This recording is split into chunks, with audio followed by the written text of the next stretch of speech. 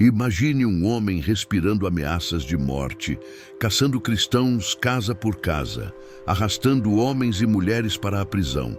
E então, em um único instante, uma luz mais brilhante que o sol o derruba ao chão e transforma esse perseguidor violento no maior missionário que o mundo já conheceu. Esse homem era Paulo. E a história que você está prestes a ouvir não é apenas sobre conversão, é sobre como um único homem, contra todas as probabilidades, mudou o curso da história humana para sempre. Paulo não nasceu com esse nome. Ele nasceu como Saulo de Tarso, por volta do ano 5 d.C., em uma cidade próspera, onde filosofia grega, cultura romana e tradição judaica se encontravam. Seu pai era fariseu, estrito observante da lei, mas também cidadão romano, um privilégio raro e valioso. Desde jovem, Saulo foi enviado a Jerusalém para estudar aos pés de Gamaliel, o maior rabino de sua geração. Ele se tornou um fariseu zeloso, mais comprometido que seus colegas.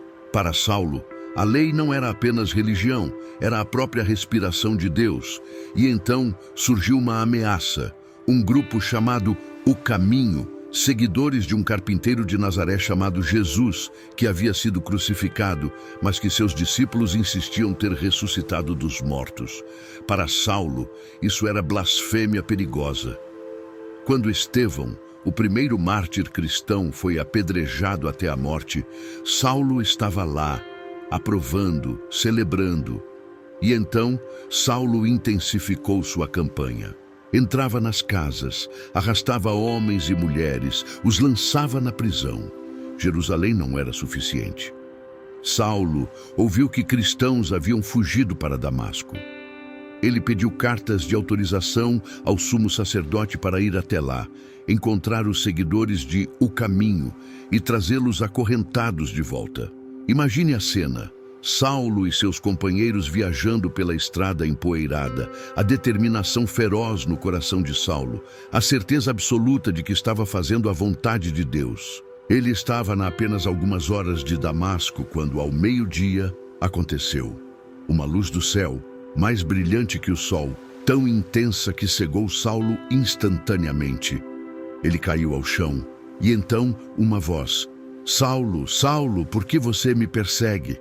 Saulo, aterrorizado, tremendo, perguntou: "Quem és tu, Senhor?" A resposta mudou tudo. "Eu sou Jesus, a quem você persegue." Jesus, o nome que Saulo havia blasfemado, estava vivo, falando com ele do céu. Jesus disse: "Levanta-te e entra na cidade, e lá te será dito o que te convém fazer." Quando Saulo se levantou, abriu os olhos e não viu nada. Estava completamente cego. Os homens que o acompanhavam tiveram que guiá-lo pela mão até Damasco. A jornada, que deveria terminar com Saulo prendendo cristãos, terminou com Saulo sendo guiado como uma criança indefesa. Por 3 dias, Saulo ficou cego, sem comer, sem beber, apenas orando, repensando tudo. Em Damasco, um discípulo chamado Ananias recebeu uma visão. Jesus lhe disse: "Vai até a rua direita e pergunta por Saulo de Tarso." Ananias ficou apavorado. "Senhor, esse homem quer nos matar." Mas Jesus respondeu: "Vai, porque este é para mim um vaso escolhido para levar o meu nome diante dos gentios, dos reis e dos filhos de Israel." Ananias obedeceu. Entrou, colocou as mãos sobre Saulo e disse: "Irmão Saulo, o Senhor Jesus me enviou para que tornes a ver e sejas cheio do Espírito Santo." Imediatamente, algo como escamas caiu dos olhos de Saulo, e ele voltou a ver. Saulo foi batizado, comeu pela primeira vez em 3 dias, e então fez algo que chocou a todos. Começou a pregar nas sinagogas de Damasco que Jesus era o Filho de Deus. As pessoas ficaram atônitas. Não é este o que perseguia os cristãos? Mas Paulo pregava com poder crescente. E quanto mais pregava, mais problemas criava. Os judeus conspiraram para matá-lo, vigiavam as portas da cidade dia e noite. Os discípulos o ajudaram a escapar de uma maneira humilhante. À noite, o desceram pela muralha em um cesto. Paulo, o grande fariseu, escapou como um fugitivo. Pause este vídeo agora e deixe seu comentário. Escreva seu nome e de qual cidade você está assistindo. Vamos orar por cada pessoa. Você não está ouvindo esta história por acaso. E se esta história está tocando seu coração, deixe seu like agora. Inscreva-se no canal e ative o sininho, porque o que vem a seguir vai te mostrar como Deus pode transformar qualquer vida. Paulo fugiu para Jerusalém, mas os discípulos não acreditavam nele. Tinham medo, parecia uma armadilha. Mas um homem chamado Barnabé deu um passo à frente. Ele levou Paulo até os apóstolos, contou a história de sua conversão e, lentamente, os apóstolos abriram seus corações. Paulo pregou corajosamente em Jerusalém, mas novamente enfrentou ameaças de morte. Os irmãos o enviaram para Tarso, sua cidade natal, onde passou anos em relativa obscuridade. Mas então, em Antioquia, algo extraordinário aconteceu. Cristãos começaram a pregar não apenas para judeus, mas para gentios, e eles estavam crendo. Barnabé foi investigar, viu a graça de Deus e pensou em Paulo. Ele viajou até Tarso, encontrou Paulo e disse: "Venha, Deus tem trabalho para você." Por um ano, Barnabé e Paulo ministraram juntos em Antioquia, e foi lá que os discípulos foram chamados pela primeira vez de cristãos. Durante uma reunião de oração, o Espírito Santo falou: "Separai-me a Barnabé e a Saulo para a obra a que os tenho chamado." A primeira viagem missionária estava prestes a começar. Paulo e Barnabé navegaram para Chipre, pregaram nas sinagogas e em Pafos tiveram um confronto dramático com um mágico chamado Elimas. Paulo, cheio do Espírito Santo, declarou: "Ó filho do diabo, ficarás cego, não vendo o sol por algum tempo." Imediatamente Elimas ficou cego, e o procônsul romano, vendo isso, creu. De Chipre, navegaram para a Ásia Menor, pregando em cidade após cidade: Antioquia da Pisídia, Icônio, Listra, Derbe. Em Listra, Paulo curou um homem aleijado, e a multidão quis adorá-los como deuses. Chamaram Barnabé de Zeus e Paulo de Hermes. Paulo e Barnabé, horrorizados, gritaram: "Somos homens como vocês, convertam-se ao Deus vivo." Mas então judeus de outras cidades chegaram, incitaram a multidão e apedrejaram Paulo, arrastando-o para fora da cidade, pensando que estava morto. Mas enquanto os discípulos rodeavam seu corpo, Paulo se levantou e voltou para a cidade. No dia seguinte partiram para Derbe, fizeram muitos discípulos e então, corajosamente, voltaram através das mesmas cidades onde haviam sido perseguidos, fortalecendo as igrejas. Finalmente voltaram para Antioquia da Síria e relataram tudo o que Deus fizera e como abrira aos gentios a porta da fé. Mas uma controvérsia surgiu. Alguns diziam: "Se não vos circuncidardes, não podeis salvar-vos." Paulo e Barnabé opuseram-se firmemente. A questão foi levada a Jerusalém, aos apóstolos. Após muito debate, Pedro se levantou e disse: "Por que tentais a Deus, pondo sobre os discípulos um jugo que nem nós pudemos suportar? Cremos que seremos salvos pela graça do Senhor Jesus, como eles também." Tiago, líder da igreja, concordou: "Não se deve perturbar os gentios que se convertem a Deus." A decisão foi clara. Os gentios não precisavam se tornar judeus para se tornar cristãos. A fé em Cristo era suficiente. Paulo iniciou uma segunda viagem, desta vez com Silas. Em Listra encontraram um jovem discípulo chamado Timóteo, que se juntou a eles. Tentaram ir para a Ásia, mas o Espírito Santo os impediu. Tentaram ir para a Bitínia, mas o Espírito não permitiu. Deus estava fechando portas, direcionando-os, mas para onde? Em Troade, Paulo teve uma visão. Um homem da Macedônia rogava: "Passa a Macedônia e ajuda-nos." Esta foi uma das visões mais importantes da história, porque Deus estava direcionando Paulo para a Europa. Eles navegaram para Filipos, uma importante colônia romana. Lá encontraram Lídia, vendedora de púrpura, que se tornou a primeira convertida na Europa. Mas Paulo libertou uma jovem escrava de um espírito de adivinhação. Seus senhores, furiosos por perder lucro, prenderam Paulo e Silas, açoitaram-nos com varas e os lançaram na prisão. À meia-noite, no cárcere, feridos, com os pés presos no tronco, Paulo e Silas cantavam hinos a Deus. De repente, um terremoto. As portas se abriram, as correntes se soltaram. O carcereiro, pensando que os presos haviam fugido, quis se matar. Mas Paulo gritou: "Não te faças nenhum mal, que todos aqui estamos." O carcereiro, tremendo, perguntou: "Que é necessário que eu faça para me salvar?" Paulo respondeu: "Crê no Senhor Jesus Cristo e serás salvo, tu e a tua casa."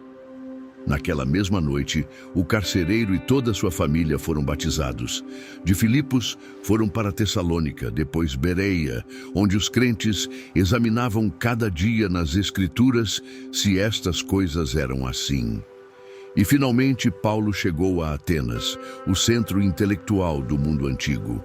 Se você chegou até aqui, deixe seu like agora. Esta história precisa alcançar mais pessoas que acham que não são boas o suficiente para Deus. Escreva nos comentários qual parte da história de Paulo mais te impactou. Queremos ouvir você. E compartilhe este vídeo. Mande para alguém que precisa saber que Deus tem um plano, mesmo quando tudo parece dar errado. Em Atenas, Paulo viu a cidade repleta de ídolos e seu espírito se revoltou. Ele disputava na praça com filósofos epicureus e estoicos que o levaram ao Areópago perguntando: "Que nova doutrina é essa?" Paulo, de pé no meio do Areópago, começou: "Varões atenienses, passando e vendo os vossos santuários, achei um altar em que estava escrito: Ao Deus desconhecido. Esse que vós honrais, não o conhecendo, é o que eu vos anuncio." Ele pregou sobre o Deus Criador, que não habita em templos, que dá vida a todos e que ressuscitou Jesus dos mortos. Quando ouviram sobre ressurreição, alguns escarneceram, mas alguns creram. De Atenas, Paulo foi para Corinto, uma cidade moralmente corrupta. Lá trabalhou fazendo tendas com Áquila e Priscila e pregou todos os sábados. Deus lhe disse em visão: "Não temas, mas fala, porque eu sou contigo e tenho muito povo nesta cidade." Paulo ficou em Corinto 1 ano e 6 meses, plantando uma igreja que seria uma das mais importantes, mas também problemáticas da história. Na terceira viagem, Paulo chegou a Éfeso, onde ministrou por 2 anos, ensinando diariamente na escola de Tirano.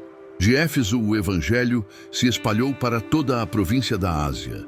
As 7 igrejas do Apocalipse foram provavelmente plantadas neste período. Deus fazia milagres extraordinários. Lenços e aventais do corpo de Paulo eram levados aos enfermos e as enfermidades fugiam. Mas um ourives, chamado Demétrio, que fazia ídolos de prata da deusa Diana, viu seu negócio ameaçado. Ele incitou um tumulto gritando: "Grande é a Diana dos Efésios!" A cidade inteira ficou em confusão, mas Paulo escapou ileso. E foi durante esses anos, viajando de cidade em cidade, que Paulo escreveu as cartas que mudariam o cristianismo para sempre. Aos Gálatas, sobre justificação pela fé, não por obras da lei. Aos Tessalonicenses, sobre a segunda vinda de Cristo. Aos Coríntios, abordando divisões, imoralidade, dons espirituais e o maior de todos, o amor. Aos Romanos, sua obra-prima teológica, explicando o evangelho da graça de Deus. Essas cartas não eram apenas correspondências, eram revelação divina, teologia inspirada pelo Espírito Santo, que formaria a base da doutrina cristã por 2000 anos. Paulo decidiu ir a Jerusalém. Amigos profetizaram que ele seria preso, mas Paulo respondeu: "Estou pronto não só a ser ligado, mas até a morrer em Jerusalém pelo nome do Senhor Jesus." Quando chegou ao templo, judeus da Ásia o reconheceram. Gritaram que ele profanava o lugar santo e a multidão tentou matá-lo. Soldados romanos intervieram, prenderam Paulo, salvando-o da morte. Paulo pediu para falar ao povo e em hebraico contou sua história, sua conversão na estrada para Damasco. A multidão ouviu até ele mencionar que Deus o enviara aos gentios. Então gritaram: "Tira da terra um tal homem, porque não convém que viva." Os romanos, confusos, quase o açoitaram, mas Paulo declarou: "Sou cidadão romano." O tribuno ficou apavorado, pois açoitar um cidadão romano sem julgamento era crime capital. Paulo foi levado ao Sinédrio, onde causou divisão entre fariseus e saduceus ao declarar: "Eu sou fariseu e sou julgado por causa da esperança da ressurreição dos mortos." Naquela noite, mais de 40 judeus fizeram um juramento de não comer nem beber até matarem Paulo. Mas o sobrinho de Paulo ouviu o plano, avisou o tribuno, que imediatamente enviou Paulo com escolta militar para Cesareia, ao governador Félix. Paulo ficou preso em Cesareia por 2 anos, esperando o julgamento. Quando Festo substituiu Félix como governador, os judeus pediram para julgar Paulo em Jerusalém, planejando matá-lo no caminho. Paulo, conhecendo seus direitos como cidadão romano, declarou: "Apelo para César." E Festo respondeu: "Apelaste para César irás." Antes de enviá-lo, o rei Agripa quis ouvi-lo. Paulo contou sua história com eloquência e paixão, terminando: "Rei Agripa, crês tu nos profetas? Bem sei que crês." Agripa, quase persuadido, respondeu: "Por pouco me queres persuadir a que me faça cristão." Paulo disse: "Proverá a Deus que por pouco ou por muito, não somente tu, mas também todos quantos hoje me ouvem fossem tais qual eu sou, exceto estas prisões." Agripa disse a Festo: "Bem podia soltar-se este homem se não houvera apelado para César." Mas Paulo havia apelado e a Roma iria. Paulo foi colocado num navio junto com outros prisioneiros sob custódia de um centurião chamado Júlio. A viagem foi difícil desde o início, ventos contrários, mares agitados. Chegaram a bons portos em Creta, mas o centurião decidiu continuar, tentando chegar a Fenice antes do inverno. Paulo avisou: "Vejo que a navegação há de ser incômoda e com muito dano, não só da carga e do navio, mas também de nossas vidas." Mas não o ouviram. Pouco depois, um vento tempestuoso chamado Euroaquilão se abateu sobre eles. O navio foi arrastado, incapaz de resistir ao vento. Por dias não viram sol nem estrelas. A tempestade não cessava e toda a esperança de salvamento foi perdida. Mas Paulo, em meio ao desespero de todos, se levantou e disse: "Esta noite me apareceu o anjo de Deus dizendo: Paulo, não temas, importa que sejas apresentado a César, e eis que Deus te deu todos quantos navegam contigo." O navio encalhou num banco de areia. A proa ficou presa, mas a popa se desfazia pela violência das ondas. Os soldados queriam matar os prisioneiros para que nenhum fugisse nadando, mas o centurião, querendo salvar Paulo, impediu. E assim aconteceu que todos chegaram à terra salvos, exatamente como Paulo havia profetizado. Descobriram que estavam em Malta. Os nativos os receberam com humanidade, acenderam fogo por causa da chuva e frio. Paulo ajuntou gravetos e os lançou ao fogo quando uma víbora, fugindo do calor, lhe picou a mão. Os nativos, vendo a víbora pendurada em sua mão, disseram: "Certamente este homem é homicida, a quem, escapando do mar, a justiça não deixa viver." Mas Paulo sacudiu a víbora no fogo e não sentiu nenhum mal. Os nativos esperavam que inchasse ou caísse morto. Mas depois de esperarem muito, vendo que nenhum mal lhe sucedia, mudaram de parecer e diziam que era um deus. Paulo curou muitos enfermos na ilha e, após 3 meses, partiram num navio que havia invernado ali. Finalmente chegaram à Itália. Os irmãos em Roma, ouvindo sobre Paulo, vieram ao seu encontro. Vendo-os, Paulo deu graças a Deus e tomou ânimo. Em Roma, foi permitido a Paulo ficar por sua conta com um soldado que o guardava. Se você chegou até aqui, você testemunhou como um homem transformado por Deus mudou o mundo. Deixe seu like agora, não por mim, mas porque esta mensagem precisa alcançar mais pessoas. Escreva nos comentários. Se Paulo estivesse vivo hoje, qual pergunta você faria para ele? E compartilhe este vídeo com urgência para aquele amigo desanimado, aquele familiar sem esperança, aquela pessoa que acha que não tem propósito. Em Roma, Paulo ficou 2 anos em prisão domiciliar, mas podia receber visitantes. E ele não perdeu tempo. Convocou os líderes judeus, explicou que estava preso não por crime, mas pela esperança de Israel. Muitos vinham ouvi-lo, e desde a manhã até a tarde, Paulo lhes expunha o reino de Deus, testificando de Jesus, tanto pela lei de Moisés como pelos profetas. Alguns criam, outros não. Mas Paulo continuou pregando com toda a liberdade, sem impedimento algum. E foi durante esses anos em Roma, acorrentado a um soldado, que Paulo escreveu algumas de suas cartas mais profundas.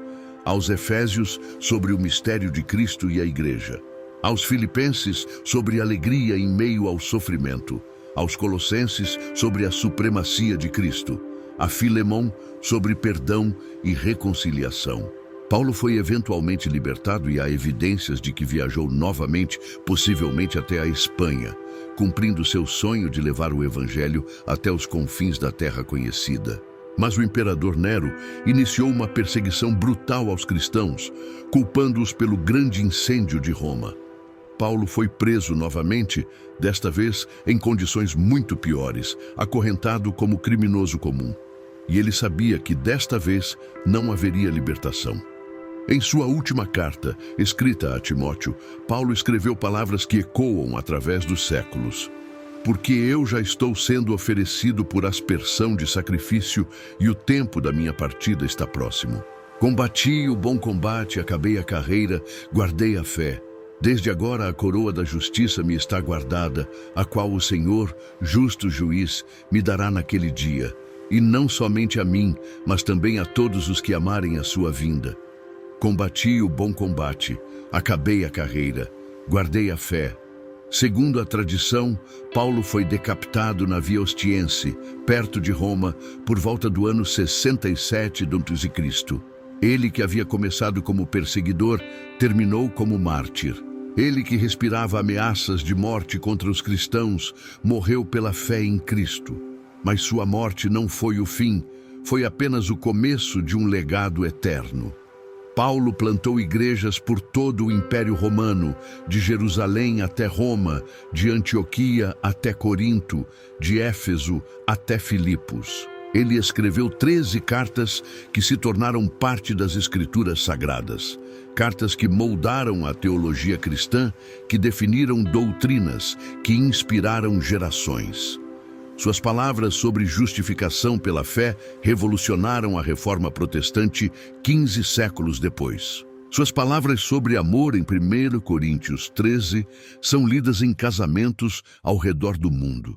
Suas palavras sobre armadura espiritual em Efésios 6 fortalecem crentes em batalhas invisíveis.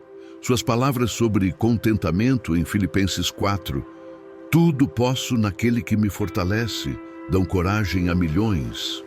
Mas além das palavras, é a vida de Paulo que nos inspira. Um homem que não desistiu quando foi rejeitado. Um homem que cantou louvores quando foi espancado. Um homem que pregou quando foi preso. Um homem que perdoou quando foi traído.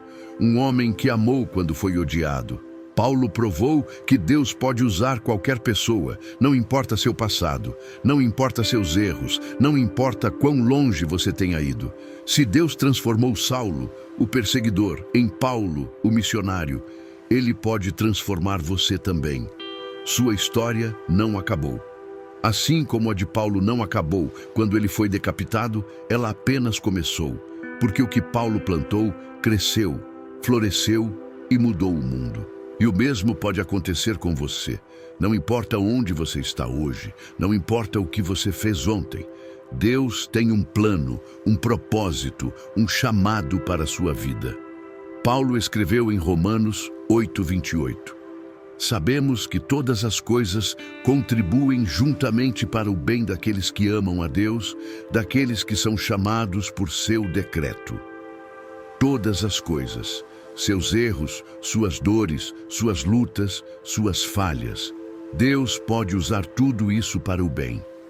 Paulo usou sua experiência como fariseu para argumentar com os judeus. Usou sua cidadania romana para alcançar autoridades. Usou seu conhecimento grego para debater filósofos. Usou até suas prisões para escrever cartas que mudariam o mundo. Nada foi desperdiçado. Tudo teve propósito. E o mesmo é verdade para você. Se a história de Paulo te ensinou algo, que seja isto: nunca é tarde demais para Deus te usar. Nunca é longe demais para Deus te alcançar. Nunca é escuro demais para Deus te iluminar. Paulo tinha 30 e poucos anos quando foi convertido. Ele tinha pelo menos mais 30 anos de ministério pela frente. Deus não olha para sua idade, seu passado, suas limitações. Deus olha para seu coração, sua disponibilidade, sua fé. Paulo escreveu: porque a palavra da cruz é loucura para os que perecem, mas para nós que somos salvos é o poder de Deus. O poder de Deus, não o poder de Paulo, não eloquência humana, não sabedoria filosófica, mas o poder de Deus. E esse mesmo poder está disponível para você, hoje, agora. Se Paulo estivesse aqui, o que ele diria para você? Provavelmente o mesmo que escreveu aos Filipenses: esquecendo-me das coisas que atrás ficam e avançando para as que estão diante de mim, prossigo para o alvo, pelo prêmio da soberania vocação de Deus em Cristo Jesus. Esqueça o passado, avance para o futuro. Prossiga para o alvo. Deus não terminou com você ainda, assim como não havia terminado com Paulo, quando ele estava cego em Damasco, quando ele estava preso em Filipos, quando ele naufragou em Malta, quando ele estava acorrentado em Roma. Em cada momento Deus estava trabalhando, moldando, preparando, usando, e Ele está fazendo o mesmo com você. Agora faça 3 coisas. Primeiro, deixe seu like neste vídeo. Ajude esta história a alcançar mais pessoas. Segundo, escreva nos comentários qual parte da história de Paulo mais te impactou. Vamos ler e orar por você.